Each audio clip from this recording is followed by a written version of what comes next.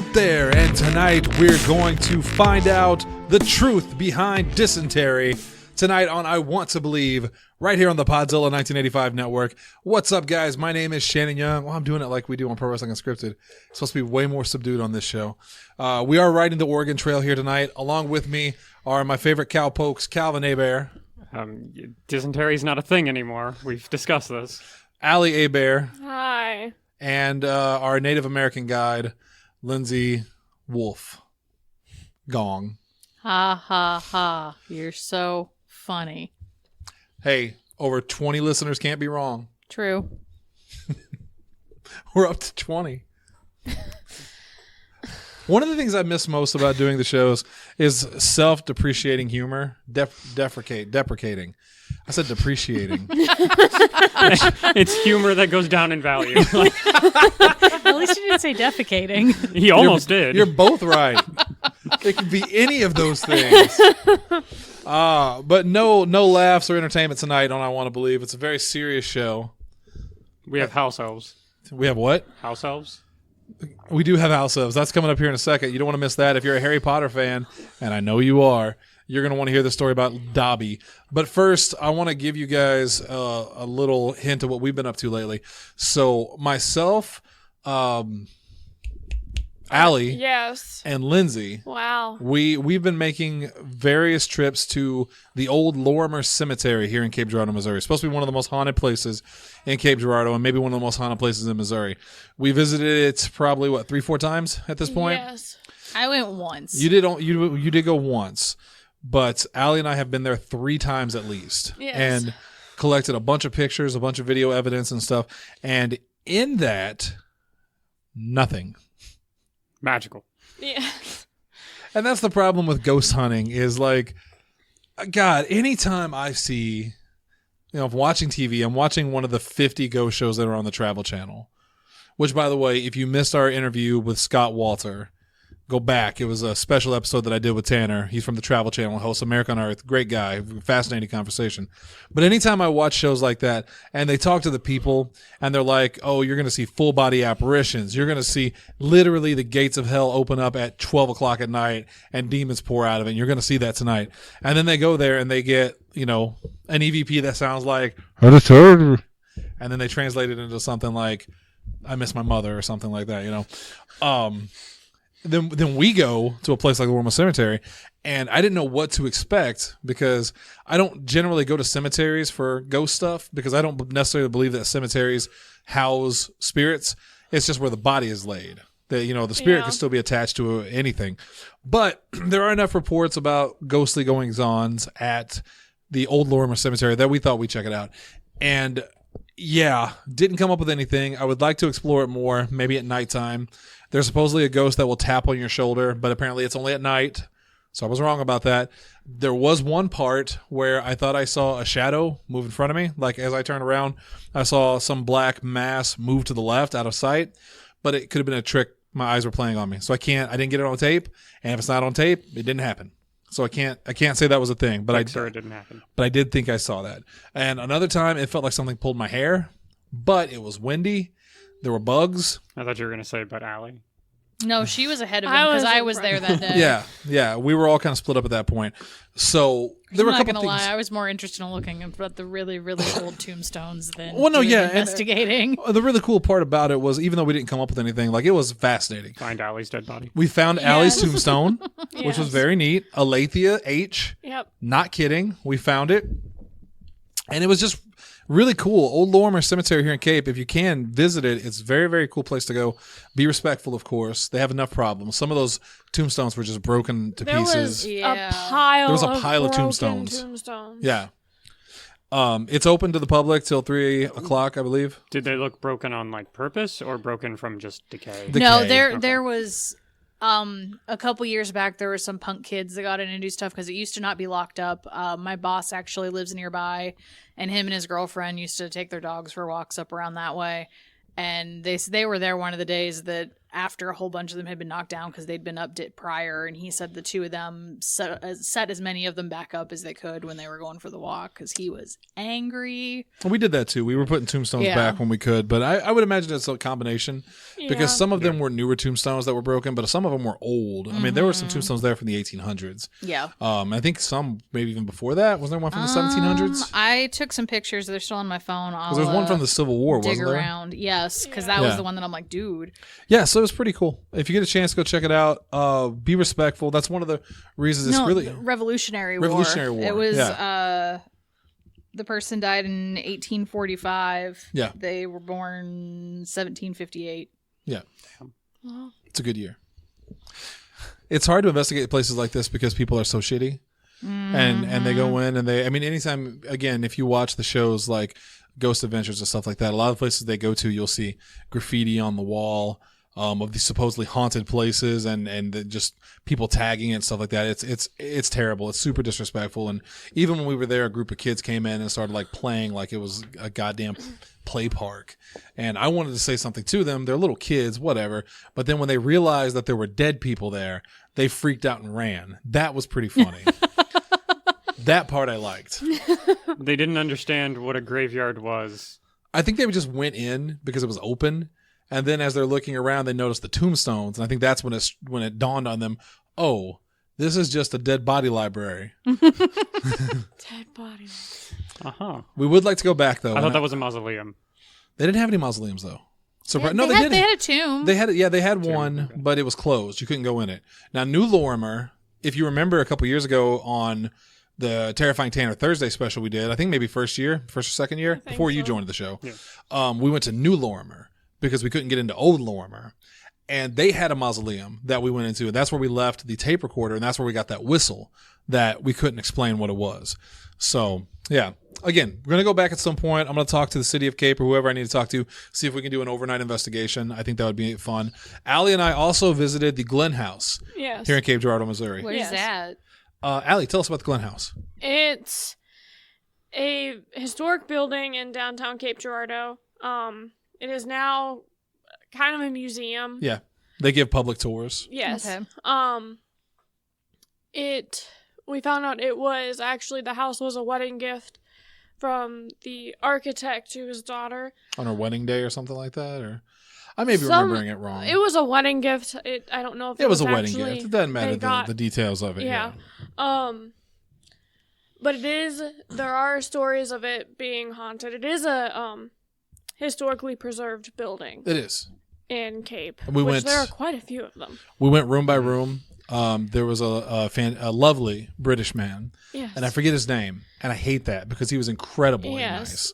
He gave us the tour. He's also a teacher at SEMO, apparently. Teaches music, He works, in the music department. which means Cody or Dalton tomorrow is going to mess with the group chat and say his name, and I'm going to mention it at some point in the future because he was just a gem. This dude knew so much history about that place. He walked us through all the rooms. He told us about it, explained everything in it.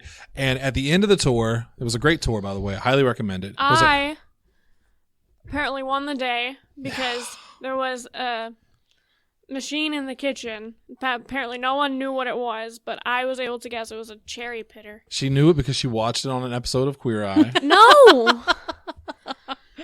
She did. She guessed Cherry Pitter, and they seemed legitimately taken back because no one usually gets that right.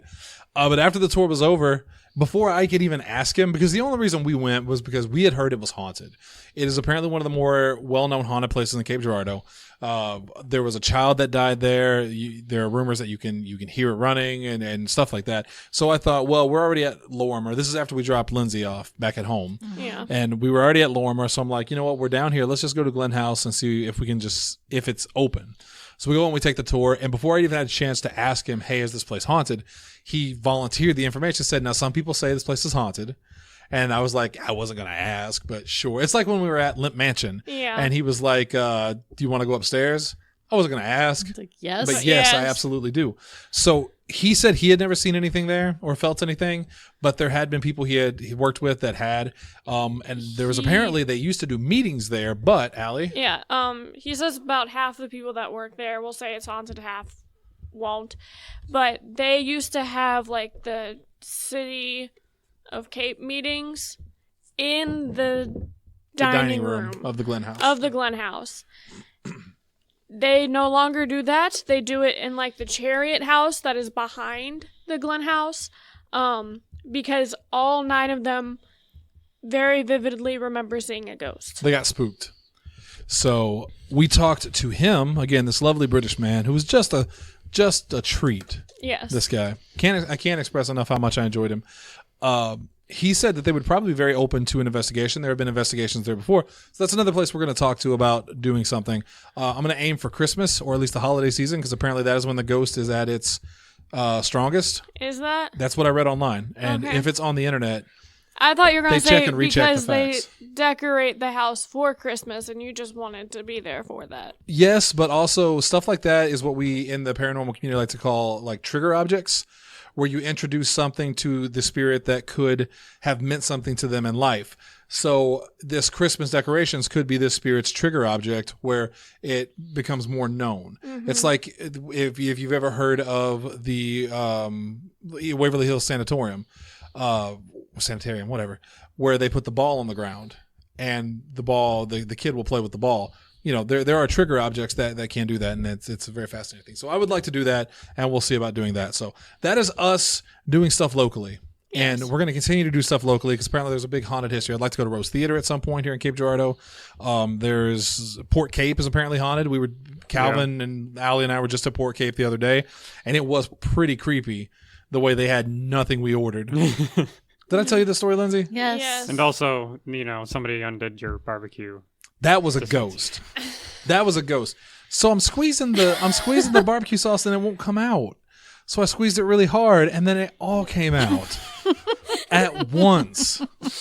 Drenched. It was drenched like my the pork. salt prank, but Yeah. with barbecue sauce. With barbecue sauce, and I smelled delicious afterwards. All So right. did your phone. Yeah, well, I cleaned it off today, so we're no longer delicious smelling. We got a new segment here on the show called Check It Out. That's the best I could come up with in 2 seconds. This is stuff that we can talk about, but it would be really hard to do it without visual evidence, so we want to direct you guys to the internet where you can find it for yourself, but it's a suggestion.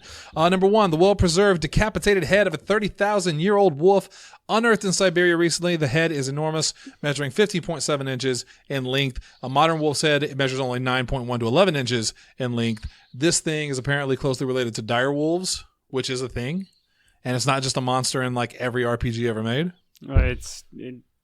They're just Catch the Yanma. It won't let me. dire. Anything is just a bigger Big. version. So a dire bear. Dire literally means like terrifying or Well, it was terrifying looking. So if you had a little person who was bigger than most little people, would he be a dire midget?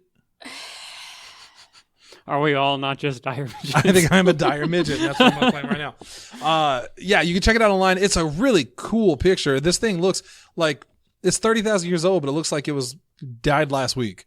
It still has the hair. It's amazing what ice and salt will do. It is. It's very, very cool. So check that out. It's a little gross because it is a decapitated wolf head, but 30,000 years old. That's pretty cool. Also, you can check this out online. Look up the name Vivian Gomez or just look up Dobby caught on film. Because Vivian Gomez, a mother from state that I forgot to write down, caught an elf-like creature on her house security cam. And boy, we all watched it earlier. What do you think it is? Because let me set the scene. So you basically see a shadow, and then this little thing walks out, very, very thin arms and legs, kind of small, does a little jig, and then just walks away, and then the camera stops because it only has a 10-second feature on it, I guess. But the internet's going crazy. They're saying it's an alien. They're saying it's an elf. What? I agree with the kid dancing with underwear on his head. I don't think it was the kid dancing with underwear on his head, but I don't think it's supernatural. I It's- think it was a child, personally. Its proportions are a little weird. They are, but it could just be a lanky, skinny child. Here's the important thing. It looks like the footage is genuine. Like That's true. This was not Yeah. CG. This was not computer graphics. It doesn't look like staged either. Right. This looks legitimate. So whatever it was, it looks like it was really there and she didn't really know about it. But the question is, what was it? Lindsay thinks it was some dumbass kid. Calvin, what do you think? I mean, it's probably some actual human. Yeah. Just, I don't know if it was the person's kid or not. It could have been some other kid. See, I think it was some was- other kid. I Yeah. truly believe her when she said, "I don't let my child out." Yeah. Because I think if it was just her kid, she wouldn't have went public with it. But I think it probably could have been a neighborhood kid, and I maybe would have not believed that if it was not for the little jig that it does. Yeah. It A little like dance. yeah, like that was really awkward and confusing. It's like, I'm on your camera.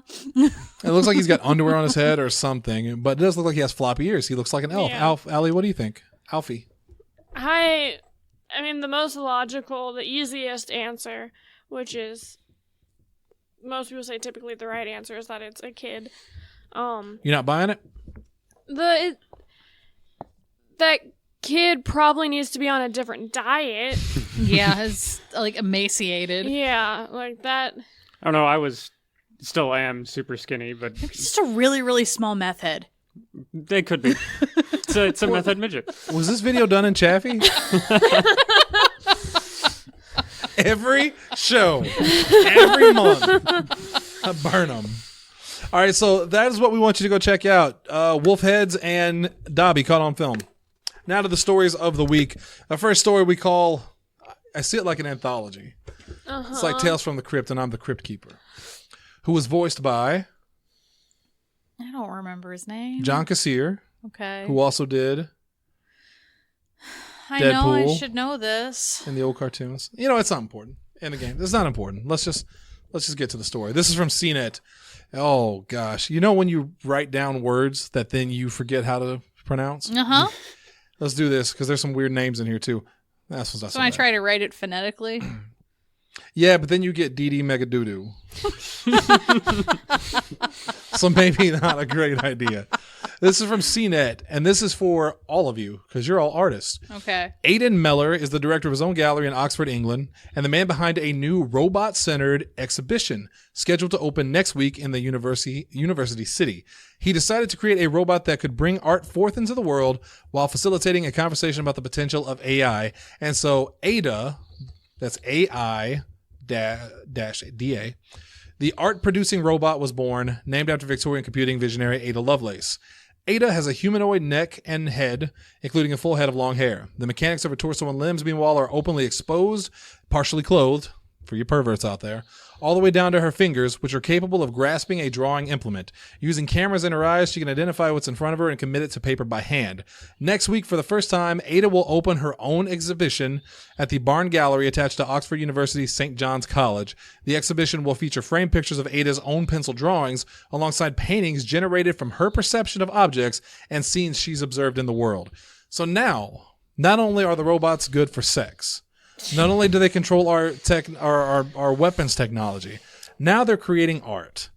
Are you offended as human beings that this robot, this filthy bucket of bolts, has its own art exhibit? What you want? I mean, they've had computers make art before. Not to this level. Not a fully realized humanoid, AI system that not only is drawing stuff, but is now having their art put on display like there's some, meat bag. So here's the question, since you just brought up all the different things robots are good for now. At what point do we get to custom order a modular robot that you can make it an artist and You can pick what you Yeah. want. Yeah. It's getting to the point now that if you haven't armed yourself with pitchforks and guns, maybe it's time to put the Bibles up because God's not going to help us in this one. no, we need EMPs. It's time to arm ourselves. EMPs, that would work too. But the robots make them. That's the scary part. You can make an EMP with a magnet. You better get to work, MacGyver, because he's coming for your It job. literally stands for electromagnetic pulse. No, MacGyver was a TV show. Okay. So seriously though, is this cool or is this weird? Are we going too far? Because isn't art all right? I'm no artist. In fact, I think people that draw pictures are a little fruity, but that's a Simpsons joke, by the way, just for clarification. But I always thought art came from the soul. Art is an expression of the soul. It sounds if like you don't have a soul, can you make art?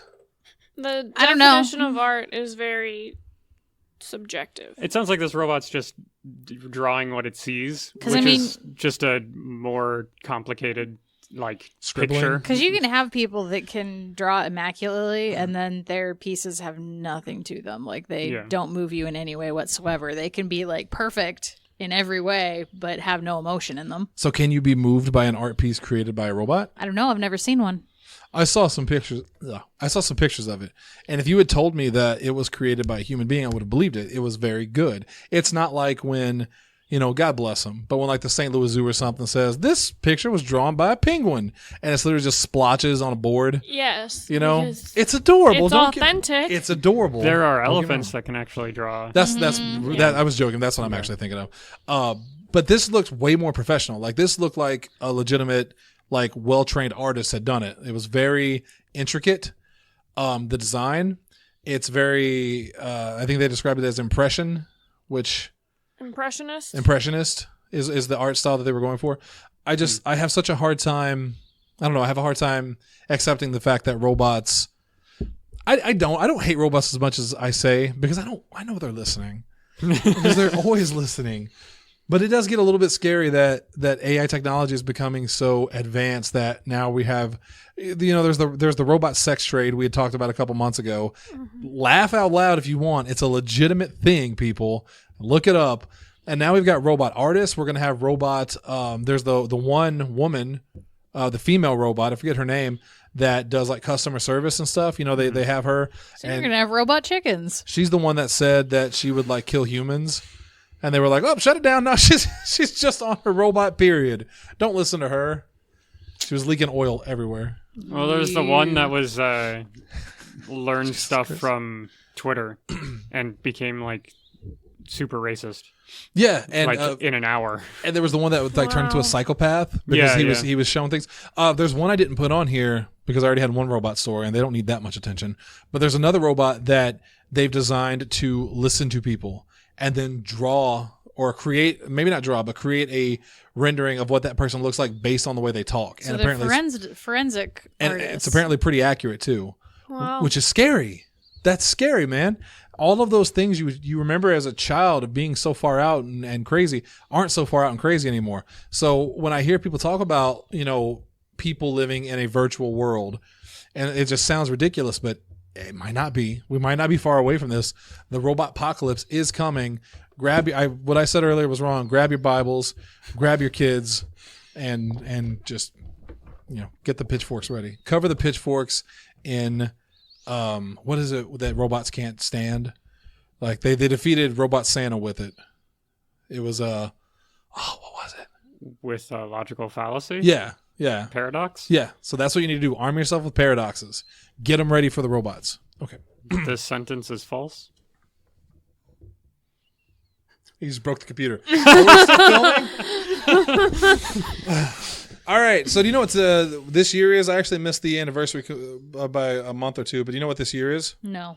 Well, this is from The Atlantic. Maybe this will jog your memory. March 8th, 2014 at 12:42 a.m. By the way, this one's called Just Plain Weird.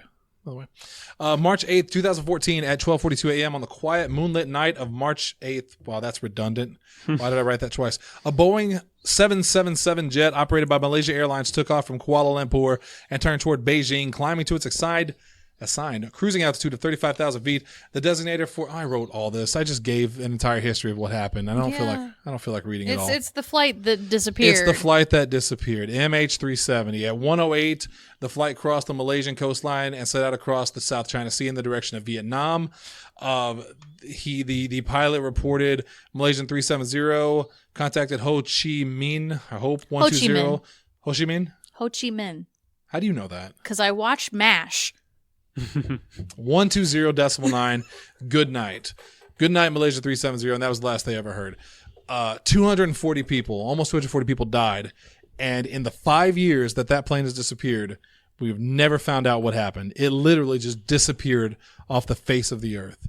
And I don't necessarily think this is a paranormal event, but I think it's one of history's great mysteries. How does an airplane with 240 people on it? I think technically it was 237. I just say 240 to round up. But how do you lose a plane? And it wasn't the Bermuda Triangle. Wasn't near the Bermuda Some Triangle. catastrophic event that brought it down in an ocean that is insanely deep. Do you know how many planes have crashed into the ocean? Lots. You know how many of them were completely lost? Next to none. I said next to none. Mm-hmm. None is a very specific number. It's next to it. Also, like, you're forgetting about the random. I can't think of the word. The cruelty of the ocean. There are like. The sea be a harsh mistress. Is what you're saying. Basically, you know, you have eddies, you have giant waves. There are tons of things that can bring down a ship.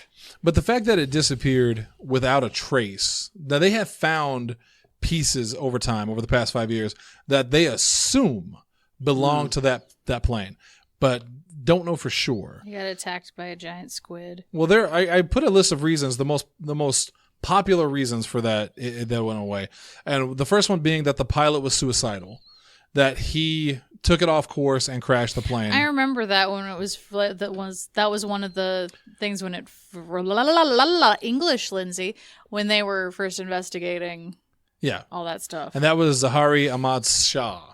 I believe I pronounced that right if I remember correctly. He was a 53-year-old man.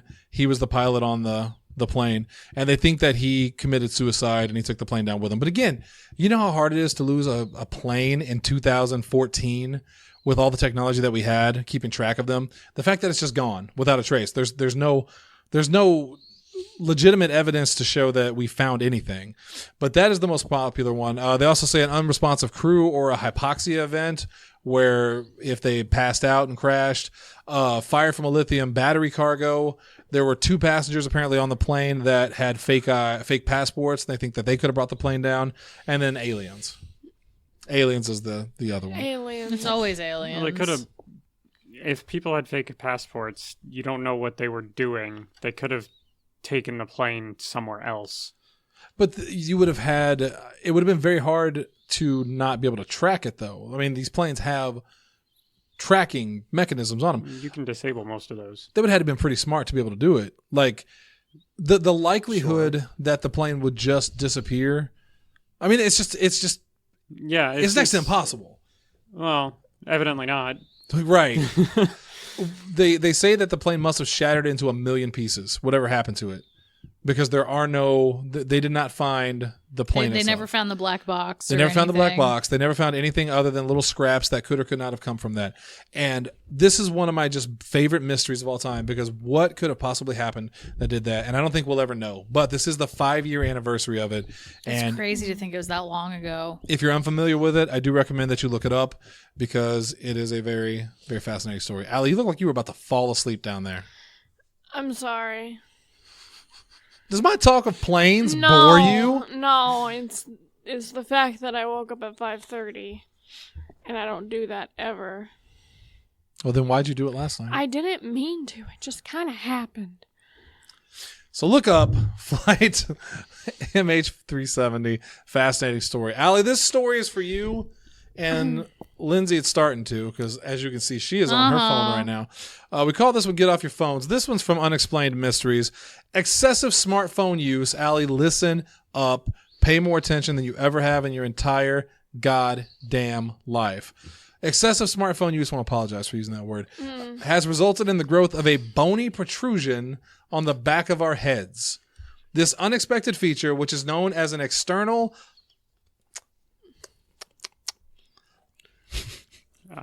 Yeah, I can't see your paper, so I can't That's help a you. hard word. Calvin, what is that word? Help Why me are out you here. asking me to describe it? I don't know how to pronounce that word. I'm not going to lie. Occipital? Occipital? Oxypodal? That sounds like a drug.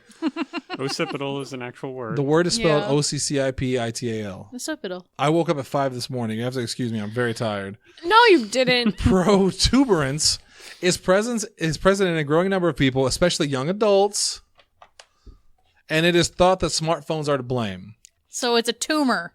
Quote, I have been a clinician's word, right? Mm-hmm. Yeah. For 20 years, and only in the last decade, increasingly, I have been discovering that my patients have this growth on the skull, said health scientist David Shahar.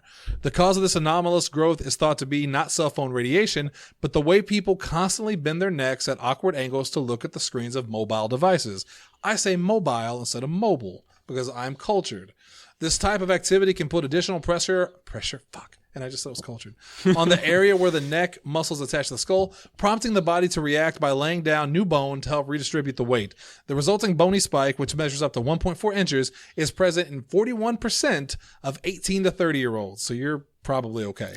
So, And I'm probably okay. If you place your fingers in just the right place, you may be even able to feel it for yourself. Thankfully, though, this unusual new feature is thought to be completely harmless. Now. So it's an evolution in bad ways. Yeah. But it says where your neck meets your skull, so it's not on the back of your head, really. Yeah, it's kinda it's in down that little like groove. Here, which I don't have a spike on my. Neither so do I. I'm okay. But there's a lot of listeners out there right now feeling on That the are back feeling of the their back of heads, their head. going like, oh shit, I'm on my phone a lot. well, also like I thought they said that it wasn't negative. Yeah, it Didn't you doesn't have end that? It doesn't have. It doesn't have a negative. It's thought to be impact. completely harmless. Yeah. Then why does it matter? Well, because in how many years have we had cell phone technology? Like where people were really looking at their mobile devices. So what I'm hearing is that our bodies are still able to adapt. What I'm saying is that if this is the rate that it's going in a couple years, then in 100 years, we're going to have horns of some sort. There's going to be a There could be satellite. Draenei. There's going to be a satellite protruding off our neck. Also, nature, if you can give us an extra bone for this because it's necessary, then why do I still have nipples? Why do I still have to shave my legs? Because you I were have female pants. before in utero. All babies start out female. That's why you have nipples. Allie? Does evolution happen like that when you are Well, evolution is a Alive? mystery. It's Like, full of changes. your that body go on- creates- no one Certain cares about my animals wrestling do. joke. I'm just gonna keep Well, talking so about it's it. not called evolution; it's adaptation. Yes. There's a difference. If it is seen as genetically desirable, you will pass it down, and then it'll just be default in people, and then it's evolution. Well, then why do Yeah. parents have ugly kids? okay. Wow. Okay. But then those ugly kids won't mate with anybody, and so they'll die out. Oh, Jesus, Calvin! Allie's the only one Okay. not laughing because she's still processing 5 minutes ago. No, that was rude. My question. So, can my body adapt and grow an entire new bone? Sort of. Because that's what I'm hearing. Yeah, I mean, Well, your bones grow, so bones do grow. So why Yeah. couldn't we grow? if It's not really a new bone, is it, Calvin? It's more like an extension of a bone that's already right, there. it's Could it be like a version modifying, of like a bone spur? Because those are Yeah. like growths on your bones. Kinda, yeah. but it's on purpose instead of detrimental.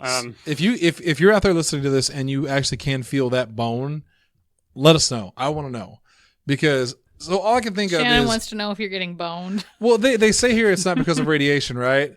But all I can think of is fallout. Yeah. It's not. All I can think is that Mutants. it's the fallout radiation is causing mutation, and we're gonna look like super mutants in about a year. We're gonna have like the best cell phones ever. We're all gonna be super mutants. I'm surprised that we're not like evolving a third arm just to hold our Hold the cell phone phones. so you can still do it. Just hold it up at your face while you still do everything else. Goro had it right. Yeah. He had 4 arms for any situation. So, do you have the bone on the back of your head? No. Well, then I feel most people are probably safe. Because if Captain Phonahall over there, Well, also some genetics might be more receptive to adaptation in that way than others. so you're saying because she's Christian, she doesn't have a That's evolution not at code? all what I said. She doesn't get the evolution gene She because doesn't she's get the Christian. evolution because her beliefs won't let her She's have a them. Marichu. Oh. Wow. He doesn't evolve because he doesn't believe in evolution. All right. Well, for the 5 people still listening, Hi. the ones that we didn't scare away. Last thing tonight. This might be an early show. We still have a lot of packing to do. Let's see where it goes. This weekend. Oh no, I forgot to mention one thing, and this reminded me of it.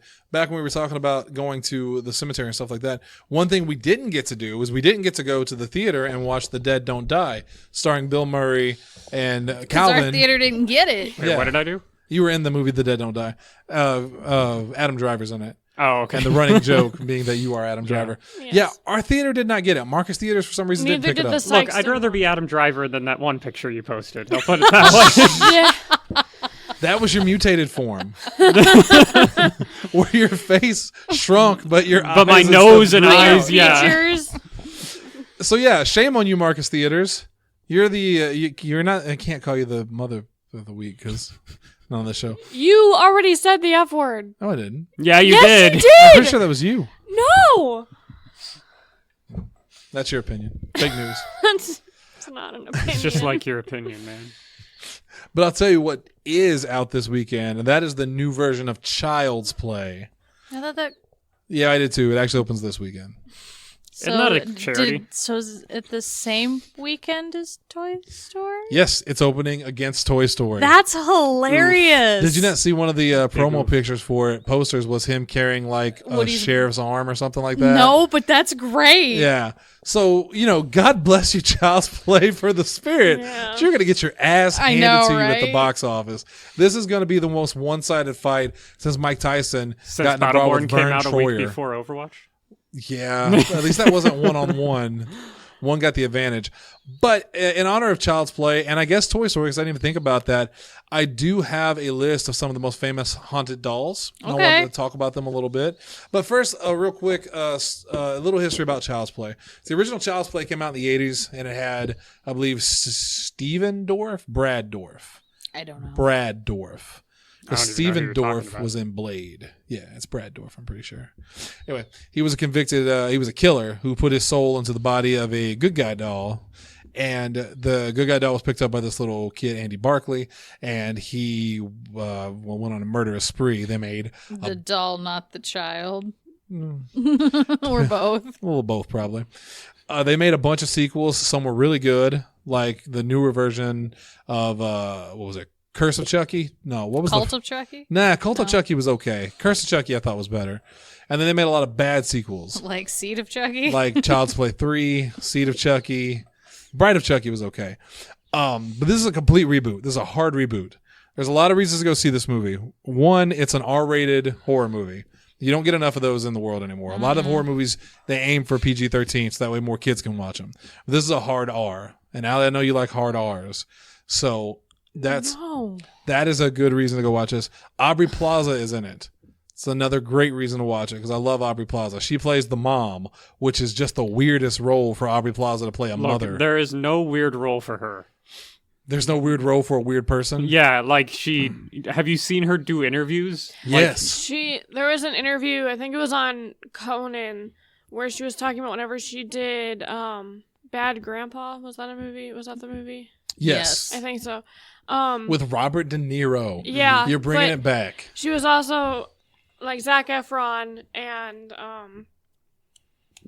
what's her? I forget her name. Off Pitch Perfect. Anna Kendrick? Yes. That was not Bad Grandpa. I'm pretty sure. I think you're thinking of Someone and Someone Need Wedding Dates. Because it was her and Aubrey Plaza, and it was Zac Efron and the guy from Pitch Perfect. Adam. Maybe. Hold on, I'm But going it to look was with those guys because they were supposed to do a dancing scene in it. It's a movie I haven't seen, but they're supposed to do a dancing scene in it. And Zac Efron and Anna Kendrick. That's her name, right? Anna Kendrick. Okay, I keep forgetting her name. I'm going to stab you. I'm sorry. They are doing great, and Aubrey Plaza's just like, I don't know what to do with my hands. Because apparently when she was a child, she took river dancing. And you hold your hands down. And you Yeah. just hold your Yeah. hands down and like you're just stiff. Uh-huh. And they're just like, this explains so much. It's Mike and Dave Need Wedding Dates. She was in Dirty Grandpa. Yeah, I was with gonna Zac say Efron. the Dirty Grandpa one. She gets wheelbarrowed by what's his name. So But Anna Kendrick was not in Bad Okay. Grandpa. So if Anna Kendrick was in it, was that other one. Okay. Yeah. So yeah, it's going to be really good. This one deals with a subject that we talk about here a lot on the show, and that is AI and the Yes. dangers of AI if it goes bad, which it inevitably will. Chaos theory says that all AI will turn into dinosaurs and that will eat us. I don't think it works that way. What? I think that's the wrong theory. Even It's that the chaos theory that if there's a butterfly in the woods and it knocks down a tree, Keep going. Can you hear it? No, there's something about like Three Little Bears And or Dobby. Yeah. Yeah. I'm so lost at this point. So, Allie, if I were to ask you, because I know you're an expert in these things, what is the most famous haunted doll in the world? These are actual haunted dolls. These are dolls that are supposedly cursed. There are two that come into my head immediately. Okay. Annabelle and Robert the Doll. Both of those are correct. It actually starts with Robert the Doll. I could not remember the name Robert, and that was killing me. I got this quick info from Wikipedia, and then we'll elaborate on a couple of them that I know by heart. Robert the Doll is the first one. Robert is a doll on display at the East Martello Museum in Key West, Florida. It was once owned by Key West painter and author Robert Eugene Otto. The doll is alleged to be possessed by spirits and was the inspiration for Chucky, the doll in the 1988 Ford film Child's Play, which, by the way, Chucky in the new movie played by Mark Hamill. Yay. Which is pretty cool, but he got some big shoes to fill. Robert the Doll is definitely the most... Wait, did you just say Mark Hamill has big shoes to fill? Yeah. For the role. Like Brad Dourif as Chucky. Chucky is iconic. Yeah. Okay. I know I'm saying Mark Hamill has big shoes to fill. It sounds weird, yeah. I don't think you realize how much Mark Hamill is in. He's great. No, Mark Hamill is amazing, but anytime you take over the role from such an iconic... Something so iconic. Yeah, someone that's like whenever Jackie Earle Haley took over the role of Freddy Krueger from Robert Englund. Doesn't matter how good he did. He would never be Robert Englund. Sure. So I feel the same way about this. Like, Chucky is so closely tied to that laugh and that voice that it's so hard for anyone to fill those shoes. It won't be the same. Now, Mark Hamill will do a great job because he's Mark Hamill. He's a great I still feel voice he actor. understands that, though, too, Yeah. because he's part of so many massive franchises. Yeah. And people, like, he's coached people to be Joker. And they His do it. Joker. Yeah, and you can tell because every time I watch a DC animated movie, it's like it just sounds like dollar store Mark Hamill. Like they're just trying really hard. Yeah. Same thing with Kevin Valiant. Conroy. Everyone just tries to be Kevin Conroy.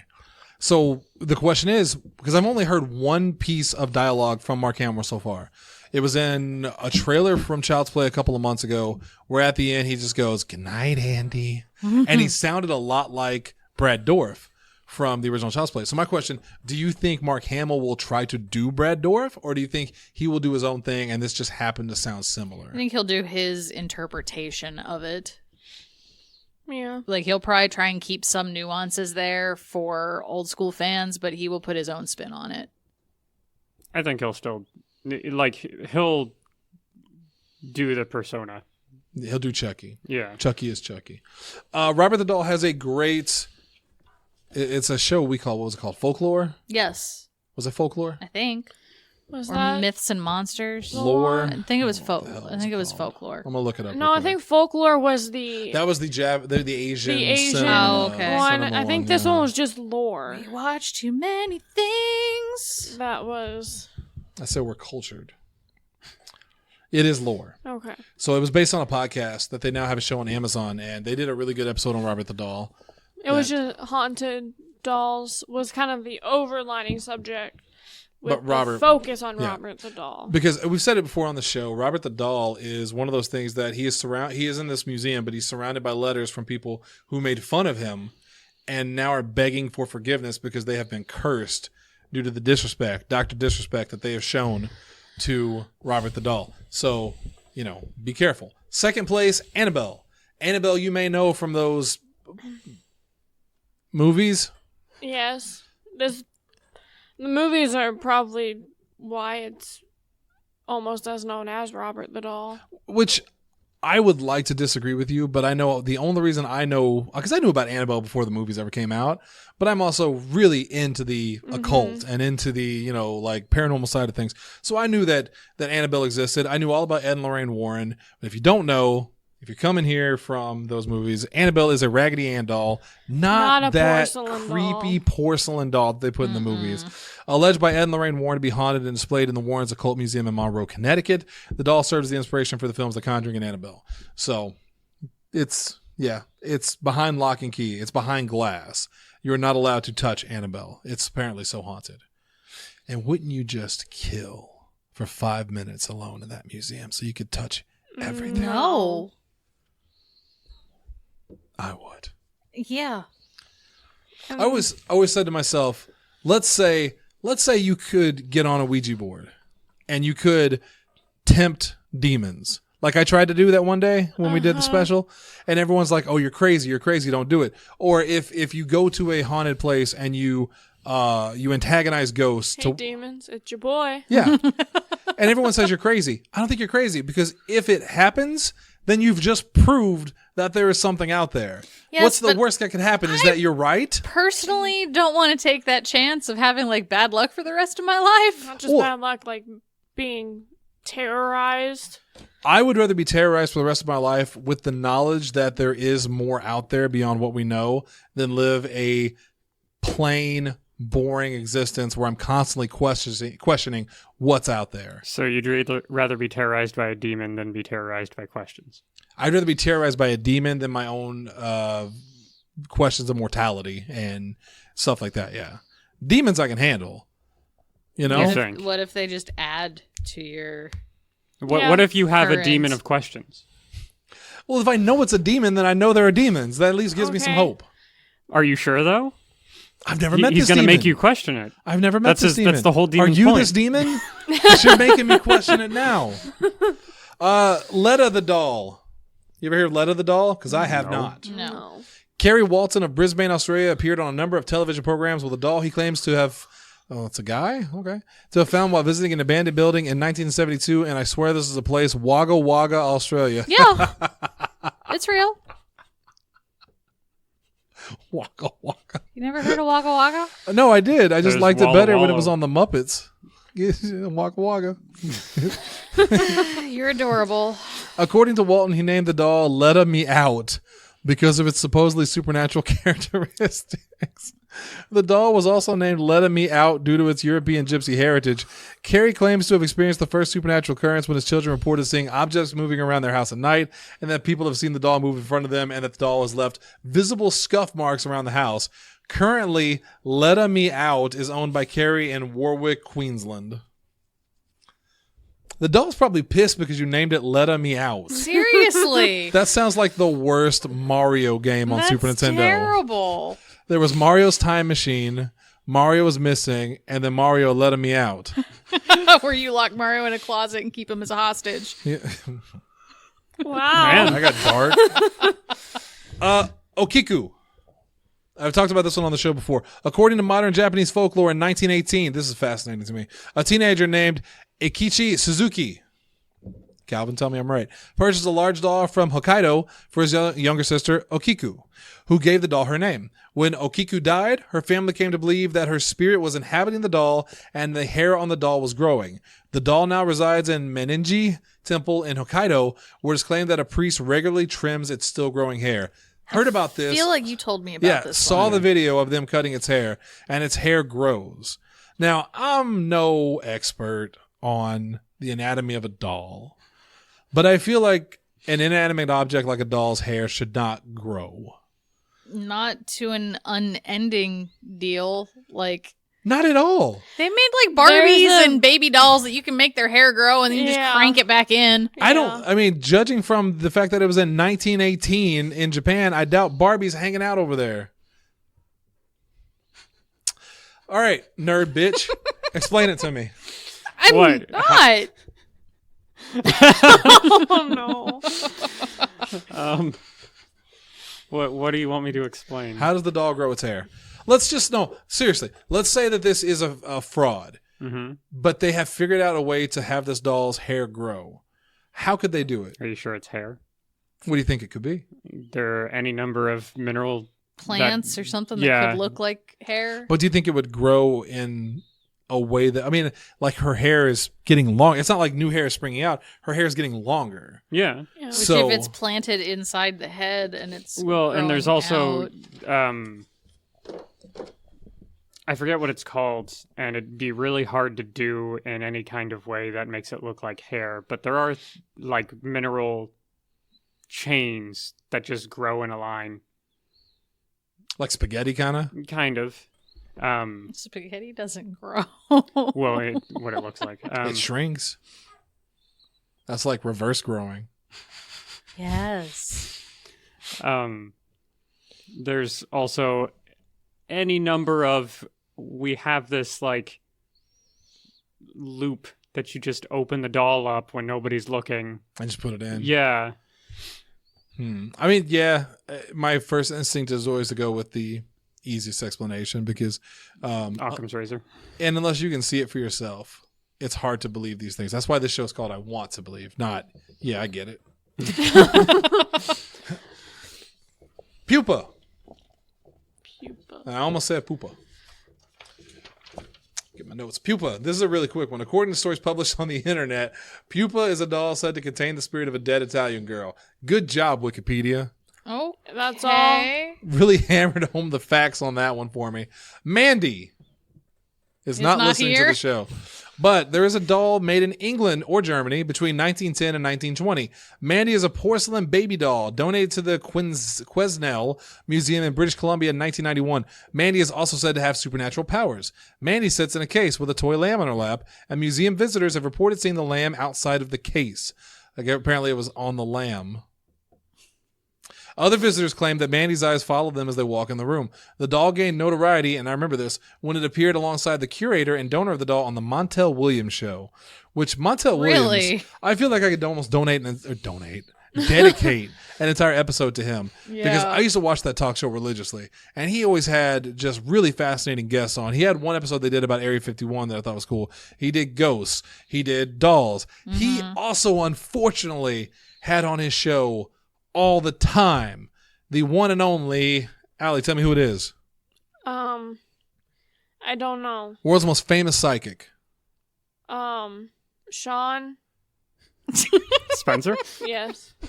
Sylvia Brown. Okay. Do you know who Sylvia Brown is? A psychic.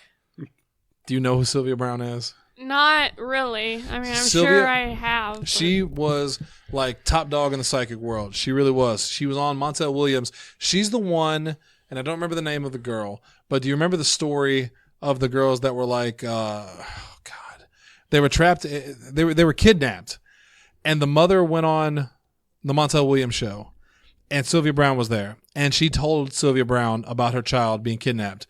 Is she alive? And Sylvia Brown told her no. She was, I forget the exact story she gave, but that she was murdered and she was gone. The mother died a couple years later before they found the daughter and rescued her, who was alive and well. The mother died thinking that her daughter was dead because Sylvia Brown said so. Sylvia Brown she was world famous, and James Randi dedicated a lot of his life to disproving people like her. She's one of the reasons I don't believe in psychics.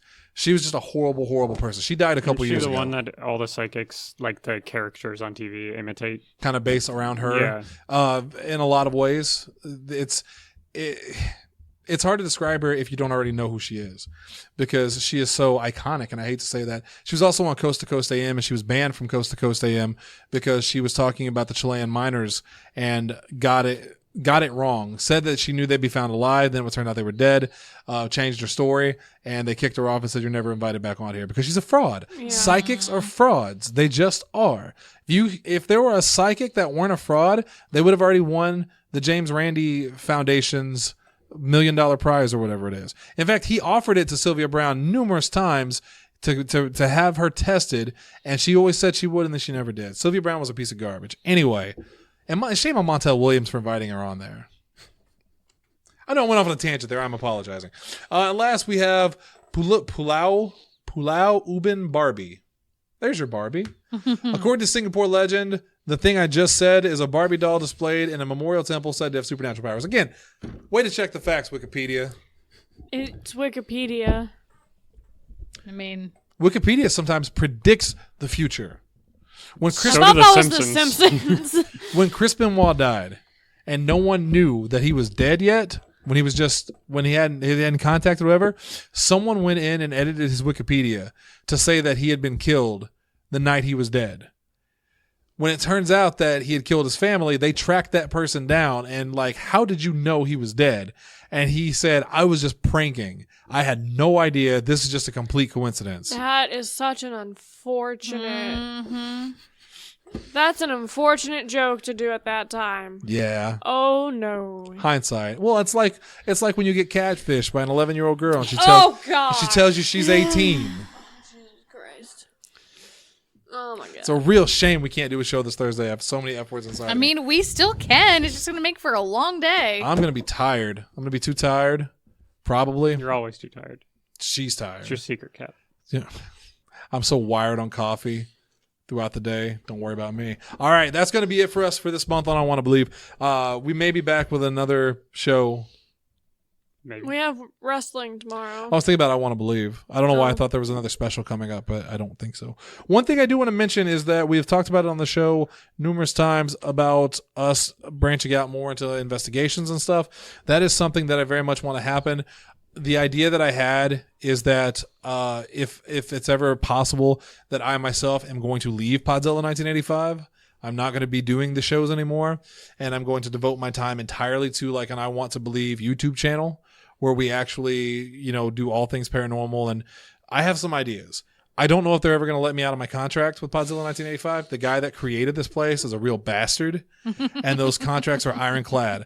But just so you know, But we're independent contractors. if you don't see me on the show anymore, that's why. You know why. Stay tuned for that. All right, thank you guys. Tomorrow, Pro Wrestling Unscripted. Me, Asa, Allie, and Dalton. And then we're off for the rest of the week while we move Podzilla 1985 headquarters to an all-new estate. And it's going to be fantastic. We'll see you guys tomorrow for that show with wrestling is. Good night. I just started recording again because I forgot to say, watch the skis. For Hunter. Bye.